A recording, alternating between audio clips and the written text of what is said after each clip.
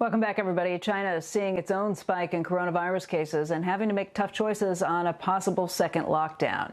Eunice Yoon joins us with more on this. And Eunice, it's good to see you. It's great to see you too, Becky. Well, Beijing is in what it's described as wartime mode in order to try to stamp out a possible resurgence of the coronavirus. 79 new cases were confirmed and linked to a wholesale food market, which is very important to this city. Since then, Beijing has shut down that market, another schools in the area, as well as sports venues.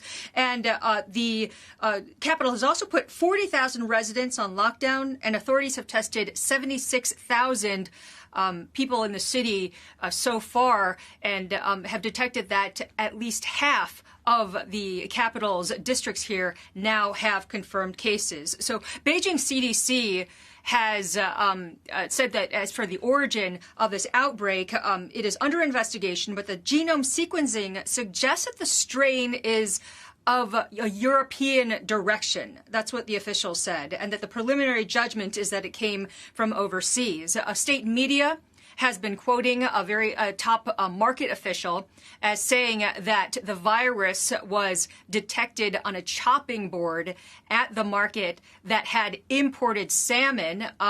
The impact of that was swift. The stores here, as well as delivery apps, stopped selling salmon. And today, suppliers in Europe said that the market for imported fish in China is now closed for them. So there's definitely been a very strong impact, but China would be thinking about its own economic impact of this cluster.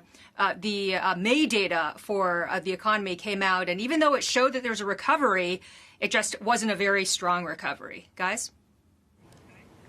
Eunice, that makes zero sense. I mean, if you're shipping something back overseas, we've all been on the understanding that if something sits for long enough, for a few days, it's not going to be still containing some coronavirus that was picked up somewhere else.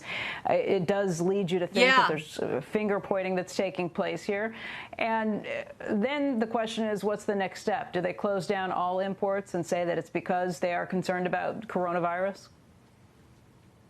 Exactly. I had the same reaction when I saw that, because I think that if it does travel on imported fish, then it raises a whole lot of questions about the supply chain and what we've already heard.